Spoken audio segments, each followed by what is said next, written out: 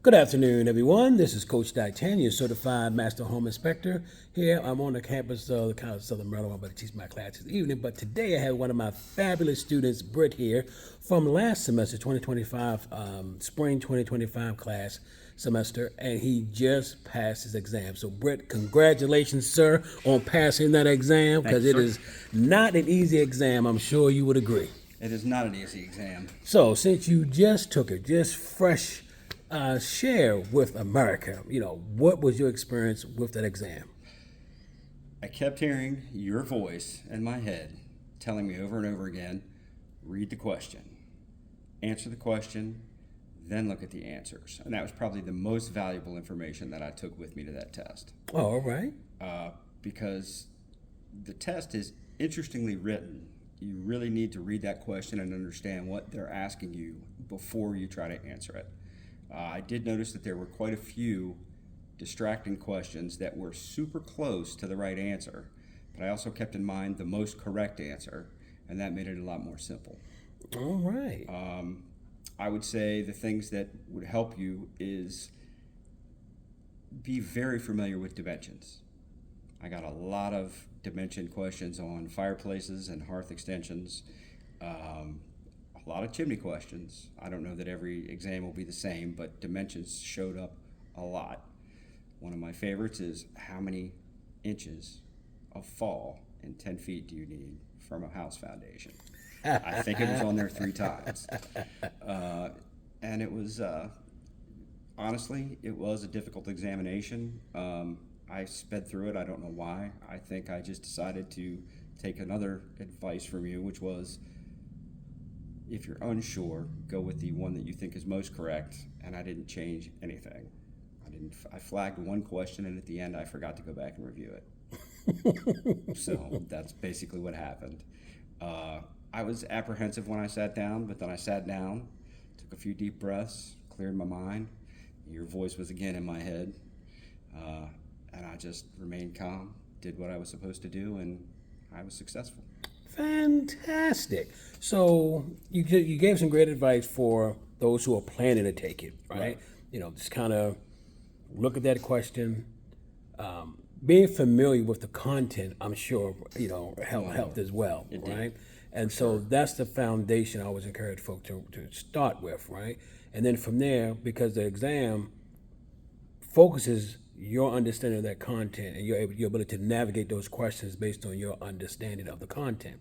So when you got those dimension questions, all those times, because you were kind of steeped in that from what we've covered in the class there, made it easier for you to navigate and know what those things were. Correct. Yeah, so, it is definitely not an easy test. By no means, it's a very difficult exam. It is not easy.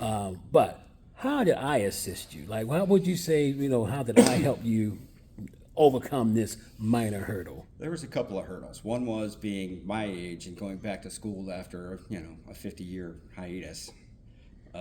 And I can say that what helped me the most is your personality is perfect to be a teacher. So however you got into that field, it was a good thing. I was very apprehensive about it, came in here, you put me at ease. You were very social, and the information that you gave was not just on the test.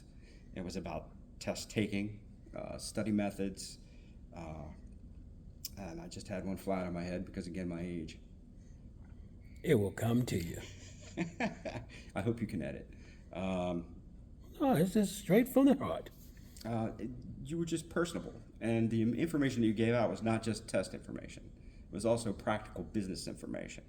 Tons of information that we could use when we do pass the testing and get our businesses launched.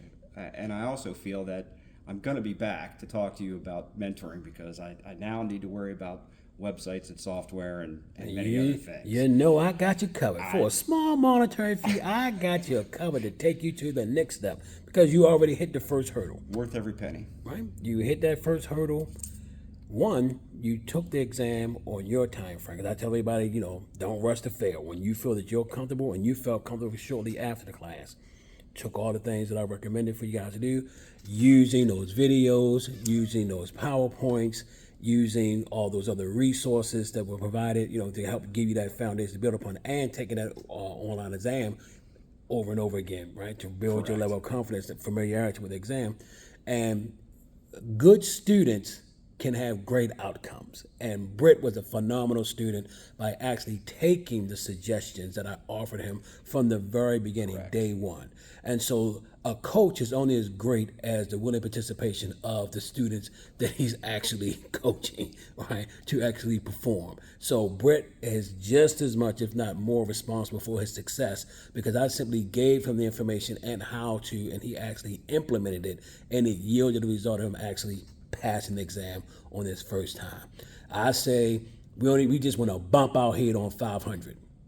Right? That's what you need to get. No one's going to ask you when you're out there in the field, hey, what did you score on your national exam? Did you get an 800? Did you get a 750? No one cares. It's about, did you meet the minimum requirement to pass the exam? Britt, you don't have to share your score, but it was higher than my score, which is fantastic. And I'm a certified master home inspector, and Britt scored higher than me, and he too one day will also be a certified master inspector.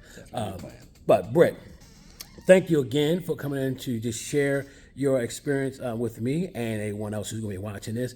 And again, congratulations again. Thank you, sir. On passing that exam, and look forward to working with you in the future to grow your business so that you too can be a successful home inspector. Thank you, sir. Thank you. It's my pleasure.